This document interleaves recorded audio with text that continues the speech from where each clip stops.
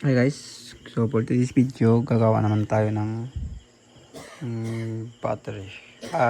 Maglalagay tayo ng BMS ngayon. Kita na ito yung battery na ginawa natin is yung first na ginawa natin is tatlong line yan. Tatlong parallel pa ganun.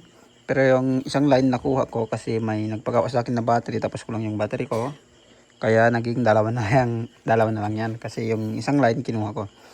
So, hindi naman yan importante kasi pareho naman yan, 48 volt. So, yung ituturo natin ngayon is kung paano magkabit ng BMS and active balance sa 48 volt na battery. So, kung gusto mo ganitong video, pakipindot mo na yung like and subscribe. Pakita rin yung notification bell para ma-update ka kung may bago tayong video na ina-upload. So, makita yung battery ko is may ano yan kasi old battery ko ito eh. Ginamit ko lang kasi pang video lang natin guys. So, makita niyo yung join dito para makabuo ng 48 volt. Kung dito positive, negative, positive, negative, positive, negative, positive, negative. So, yung ito pinag-join natin. Isang line na to. Tapos dito sa, tapos dito, tapos dito. Tapos kung makita dito naman sa join, dito sa taas. So, kung magano kayo guys, iwasan nyo lang may mga bakal nyo dyan. Kasi kaya naglagay ako ng plastic dito kasi yung ito, bakal kasi ito eh. Kung makita nyo dito naman sa taas kasi yung doon sa taas is sa baba dito naka-join yan. So, pero dito sa taas ngayon, yung i-join naman natin dito, papunta dito para maging 48 volt siya. Ito papunta dito, tapos ito papunta dito, tapos ito papunta dito.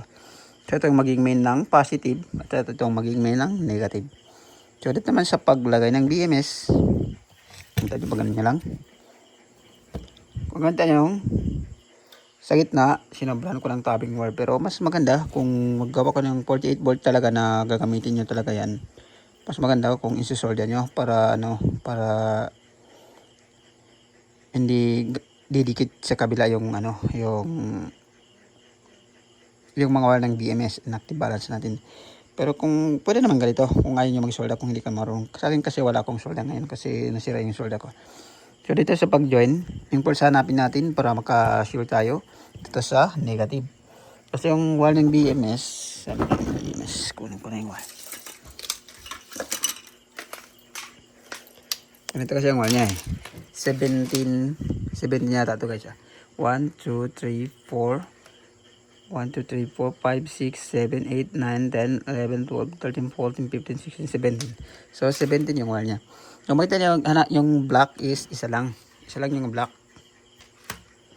So para makasure tayo sa mga hindi marunong lang to ha. Pero sa mga marunong, pwede niyan kahit saan kasi alam niyo man yan eh, marunong na kayo. So dito, yan na natin. Tingnan naman natin yung kung saan dito yung negative. Mahirap kasi mag-video pag wala tayong kasama. So kung makita nyo, ito yung nilagay ko ng tabbing wire na red kasi para alam ko rin kung ito yung negative para hindi na ako magte-test. Pero kung nagdududa kayo, kuha kayo ng tester tapos i-test nyo kung saan dyan yung main ng positive at kung saan dyan yung main ng negative. So dito tayo. So yung makikita nyo dito is isa lang yung black.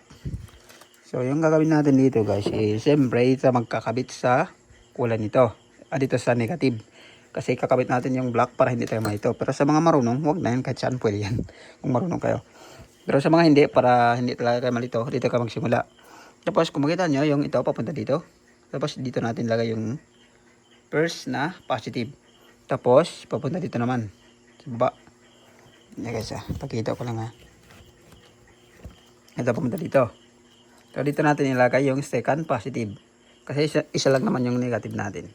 Sa main lang ng negative. Isa lang yung kulay black.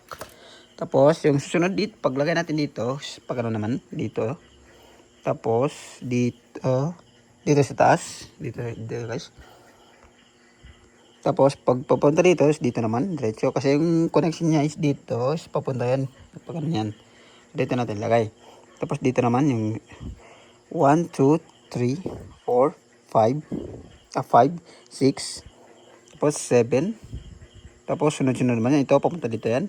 8, tapos 9, tapos papunta dito 10, 11, tapos papunta dito 12, 13, tapos 13, 14, and 15, 16, 17. So, 17 yung wire natin. So, ngayon i-actual natin ikabit guys. So, ganito lang yung pagkabit ng BMS and active balance.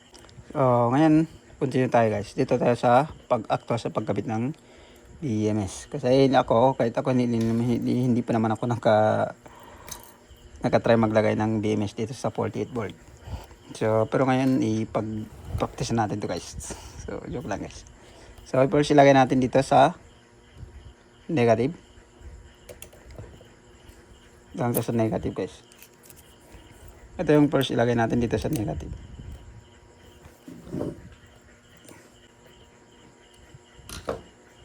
Tapos yung susunod dito guys is, kung makita nyo itong connection na ito yung positive natin. So, pupunta dito yan, yung join niya. So, ilagay natin dito sa sa first ng positive. So, mas maganda kung para makasigurado kayo, maglagay ko ng signal ito. Pwede yung ganun, maglagay ka nito. Pero sa mga, kung hindi ka sigurado, ito yung positive, tapos ito, pupunta dito, ito yung positive naman. Maglagay ka ng ganun para sigurado kayo. Pero sa mga marunong, pwede kahit hindi na.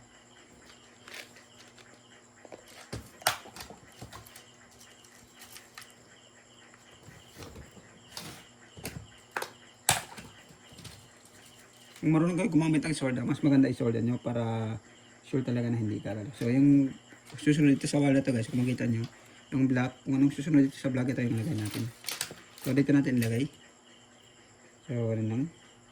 So yung ginamit natin ngayon is, ano lang tayo guys. Naglagay lang ako ng terminal. Pero sa mga, kung marunong ka mag-solda para mas maganda tingnan, kung gagamitin nyo talaga yan, mas okay kung mag-solda kayo.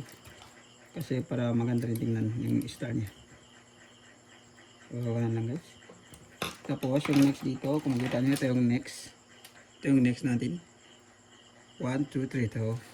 1, 2, 3. So, dito na sa baba. So, yun lang. So, positive natin dito sa baba. So, dito na maglagay guys. Tanggalin natin yung ano niya. So, mahirap kasi pag vlog pag wala tayong kasama mag-video sa atin.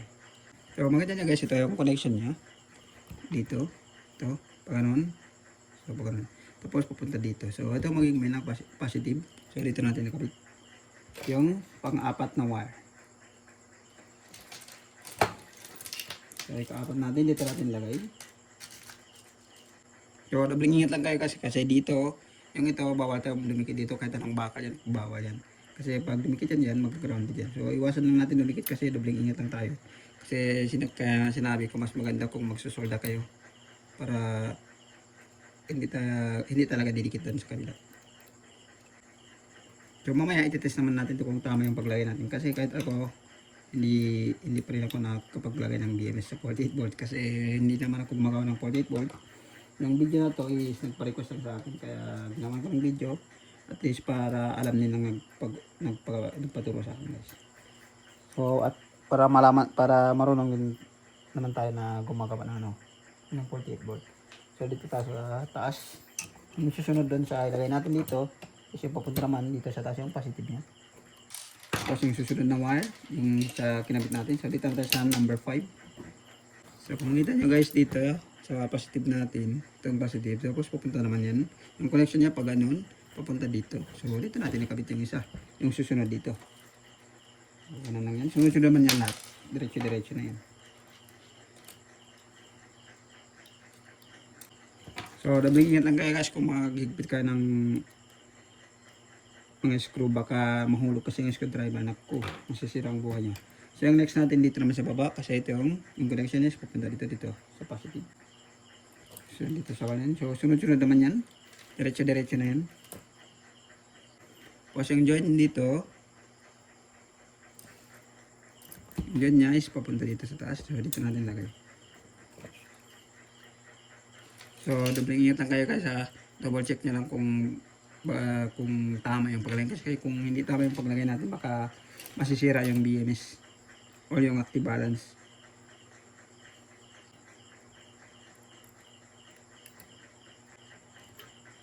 So higpitan lang natin para hindi talaga yung gagalaw, baka dumikit kasi sa kabila. Kaya mas maganda nakasolda talaga tayo.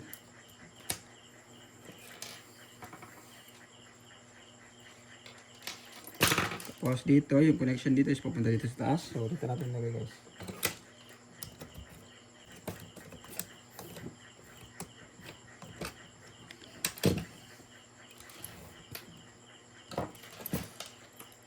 So, yung connection dito, papunta dito yan, ganun. Tapos dito natin ilagay.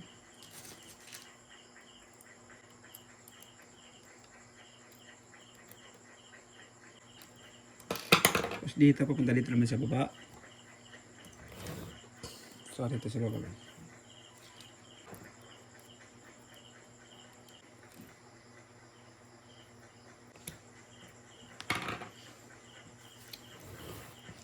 Tapos dito naman sa taas, guys.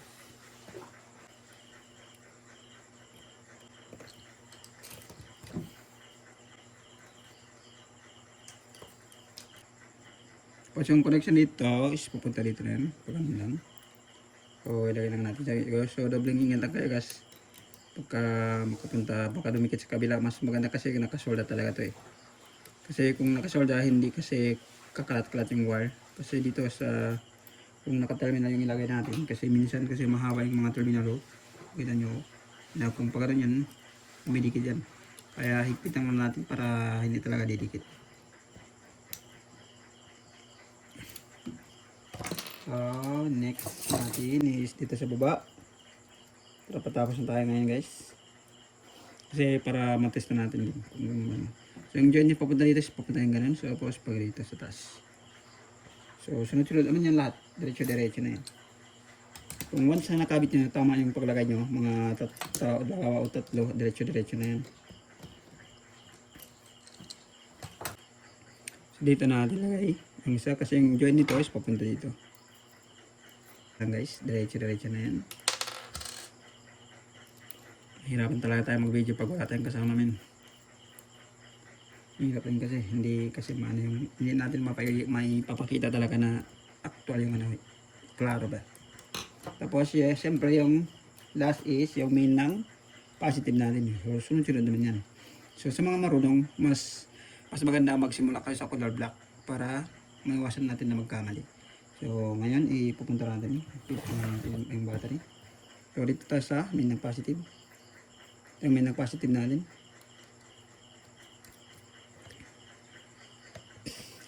So yun guys. So ngayon yung ano natin ngayon guys is i-explain ko ulit yung join niya. Yung positive papunta dito pagkaroon. Maganda ito yung join niya. Tapos yung ito papunta dito sa baba dito. Tapos pag ganun lang. Tapos pag ganun, tapos taas, pag ganun. Tapos pag ganun lang, pababa, diretso na yan guys. So kaya dito try natin. So kumuha ko ng tester guys para matest natin kung tama yung pag ganun natin guys. So kung makita nyo yung tester ko is ginawan ko na lang ng, kasi naputol na eh, nasira na. Tapos wala na akong pera pamili ng tester. So joke lang guys. Kasi hindi pa tayo nakabili ng bago. So pagsaka muna natin to guys. So tabi na natin para may pakita ko kung paano mag-test.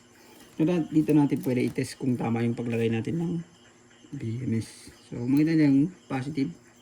So iwasan lang natin magkarikit yung tester lang para maiwasan natin. So ilalagay lang natin dito sa min ng negative. So, makita yung tester ito. Tabi ko lang dyan para makita nyo naman. So pag-test, ganun lang.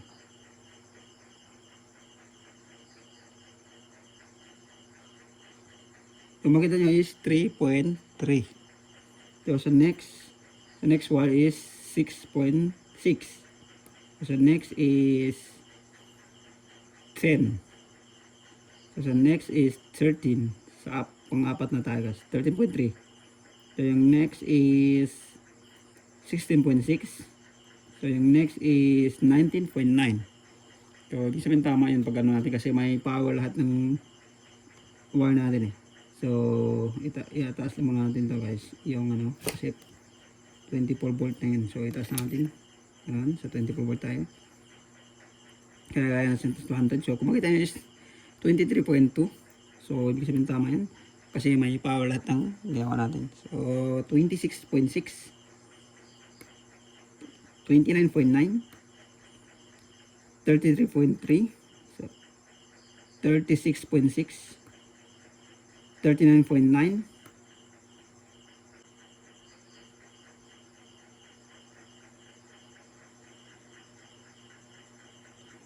Oh, may problema tayo dito sa one ito guys. Kaya na is 46.6. So, 49.9, 53.3. So, ibig sabihin tama yung paglagay natin. So, meron dito isa is na wire na may problema yata to kasi wala siyang ano. Ito.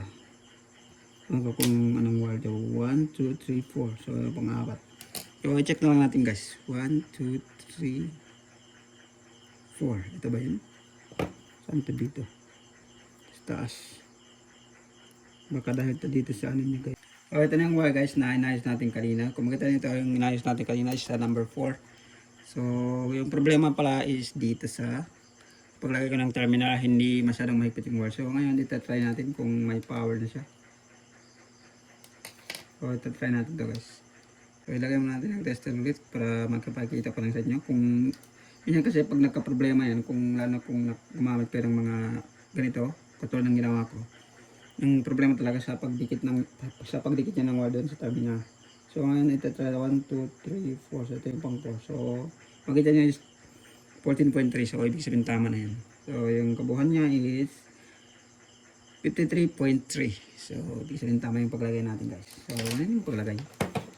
So, sa paglagay naman ng BMS. Nakakatakot pa sa tayo kasi bawa kasi nabikit yan. Nakagrounded tayo guys.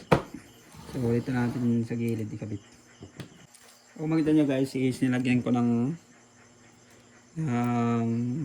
electrical packing tape yung BMS kasi baka para maiwasan natin na dumikit talaga dito sa ano. Kasi yung battery natin is maraming nakalabas na mga wires. So, dito sa pagkabit ng BMS, kung makita nyo, yung BMS ko, ewan ko lang kung gumagana pa to kasi nabili ko ito mga 1 year na eh. Mali yung pag-order ko. So, dito sa paglagay, maganda yung wire niya is dalawang color lang yun. Blue at saka black. So, dito natin nalalagay yung pupunta sa battery. Dito sa main ng negative. Ito yung main ng negative natin. Saka ito yung main ng positive natin. So, dito natin nilagay yung kulay blue. So, ganun yung paglagay natin. So, doubling ingatan kayo guys baka dumikit yan na. So, para may pakita lang natin sa nag-request sa atin. Yung battery nito is pang pagkatapos ko lang to, pagkatapos ko lang to pag video babaklasin naman kasi wala naman akong inverter na 48 volt. Ito po si natin para mas makasigurado tayo guys. Para baka didikit kasi dyan. Kaya double ingat lang tayo guys. Tapos dito sa paglagay. Ng makita niyo yung button niya pataas. Tapos hindi naman yan papasok kung hindi tama. So dito natin lagay siya sa pataas ng gano'n. So ngayon masusubukan natin yung BMS na to kung gagana pa ba. Kasi matagal na to guys. So kuha tayo ng tester. Ito try natin guys. Ito yung tester natin guys. So ilagay lang natin dyan. Kung may power na siya. So tanggalin natin yung ito.